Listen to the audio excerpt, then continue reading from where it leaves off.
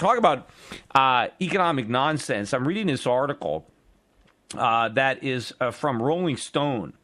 The guy that wrote it, Jesse Meyerson, who was one of the leaders of the Occupy Wall Street movement, and now he's writing a column.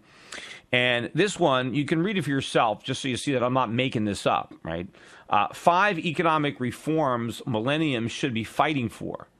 Now, I mean, you might as well call this, the 5 planks of his own Communist Manifesto, because that's where he got all the stuff. He took it right out of Marx.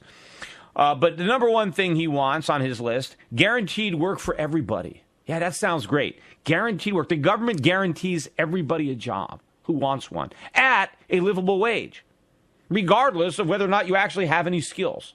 You see, and if the government is going to guarantee you a job, then where's the incentive to actually perform on the job? See, if you have a job guaranteed, you can't be fired, then why even do it good, right? I mean, you're going to get the job whether you do a good job or a bad job. So if the government's going to guarantee everybody a job, well, I mean, what kind of performance are they going to have? And where's the money going to come from to pay for all these government guaranteed jobs? So you're going to have to suck it out of the private sector. It doesn't work, right? This is a nonsense idea. You have to be a moron to think that the government can guarantee everybody a job at a livable wage. Right? They tried that, right, in the Soviet Union and didn't work. Here, number 2, Social Security for all. Now, what does that mean? I'm thinking, what does he mean, Social Security benefits for all? Here's what he writes. He says that, what if people don't want a job? That should be their choice. You see, if you want a job, the government will give you one. But what if you don't want a job? Well, then the government will pay you anyway. See, he's advocating that everybody get a certain amount of money from the government, whether they have a job or not.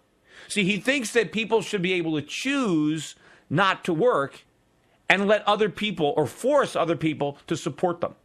This is what this guy believes, right? Because who wouldn't choose that, right? If you could choose not to work and just just live your life carefree, just hang out at the beach and, have sex and, just hang out with your friends, maybe get stoned or whatever it is, that should be your right. You should just be paid. You should just collect money. You shouldn't have to have a job, because he says that forces people to make choices that they might not want. That people should have the right to get a life. I'm just reading from this that you shouldn't have to be forced to work if you don't want to. In other words, if you don't want to work, you shouldn't be forced to work, but you should be able to force other people to support you. Now, here's, I guess, the question that this guy never bothered to consider. What if everybody decides to choose not to work? What if everybody says, yeah, that's the life for me, and nobody wants to work? Well, we all just starve to death, right? Because there's nobody doing the work. We all chose to live off of somebody else rather than to be productive ourselves. And since, we all made the same choice, then we all die of starvation. But can you imagine to say that I shouldn't be forced to have to work, right? I shouldn't have to work, but I should be able to use the government to force other people to work, to provide for me, because that's the only way that you can live without working, is if someone else does the work for you, because it's not free. Then in number 3, take back the land. He wants the government to nationalize land. He wants to take away property that the rich people own. Okay, so let's nationalize the land. Then number 4, make everything owned by everybody. Now he wants to nationalize the capital, right? And then number 5, a public bank in every state. So he wants the government to loan out money to people in every state, regardless of whether or not they can pay it back. So what is this guy advocating? He's advocating that we nationalize real estate, we nationalize capital, the government guarantees everybody who wants a job, and everybody who doesn't want a job as the same amount of money as the people who want jobs.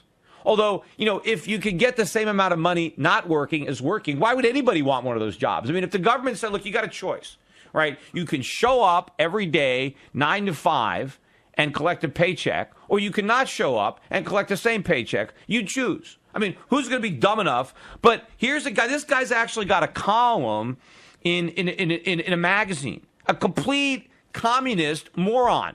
Right? Because you can't have any intelligence whatsoever to actually believe in any of this nonsense. To me, it makes more sense that little kids believe in Santa Claus and an Easter Bunny and a tooth fairy than that a grown man can believe in this nonsense. In fact, even if a grown man believed in Santa Claus, that would make more sense to me than believing in communism.